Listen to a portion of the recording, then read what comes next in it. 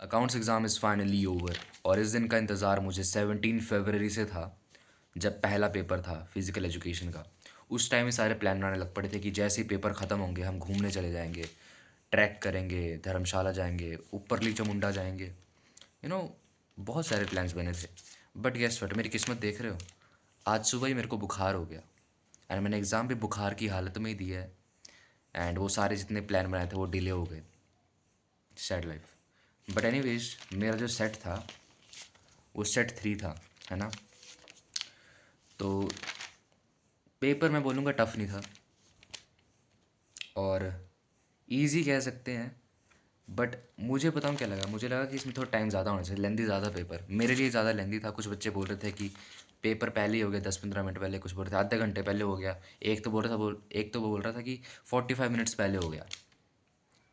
तो ये सिर्फ मेरा ओपिनियन है कि पेपर जो था वो लेंदी था, मेरे को लेंदी लगा पेपर। सो अगर 3 घंटे 30 मिनट होते ना मेरे पास तो ईजिली हो जाता है ये पेपर। बाकी मैंने जब इस पेपर को पहली बार देखा ना, तो मतलब एक बार मैंने नज़र मारी पेपर में, तो लास्ट में मुझे दिखा ये वाला पार्ट। एक सेकेंड, 1 मिनट। मेरे को ये वाला पार्ट दिखा, ये है part B option 2 computerised accounting. मैं पैनिक हो गया, मतलब ये क्या, ये तो हमें कराया ही नहीं है, ये कहाँ से आ गया।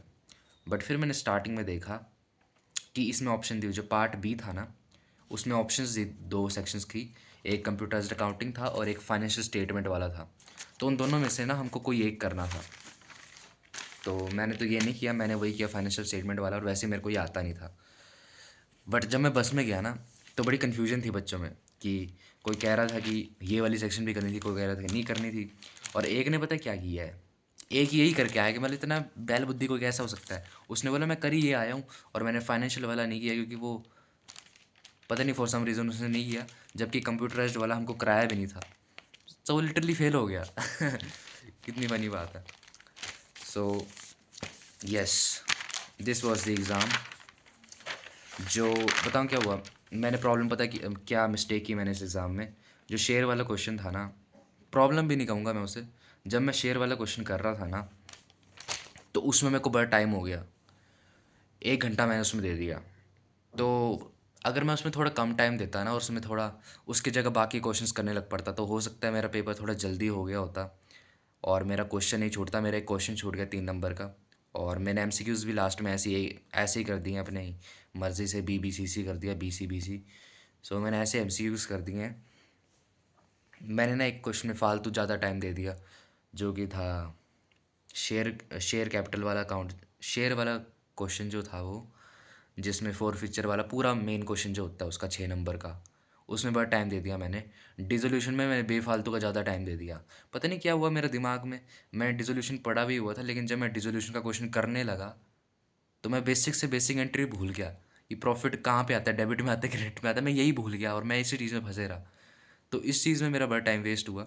अगर मैं उसमें कम टाइम वेस्ट करता था, हो सकता है मेरा भी बाकियों की तरह थोड़ा जल्दी कंप्लीट हो गया होता paper. But still the it is what it is, exam हो गया।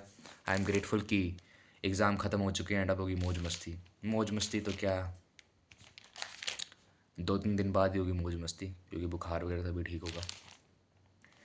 But anyways, I am grateful that my exams are over now. I am very not very happy. Okay, so that is it for the video and I'll meet you in the next one.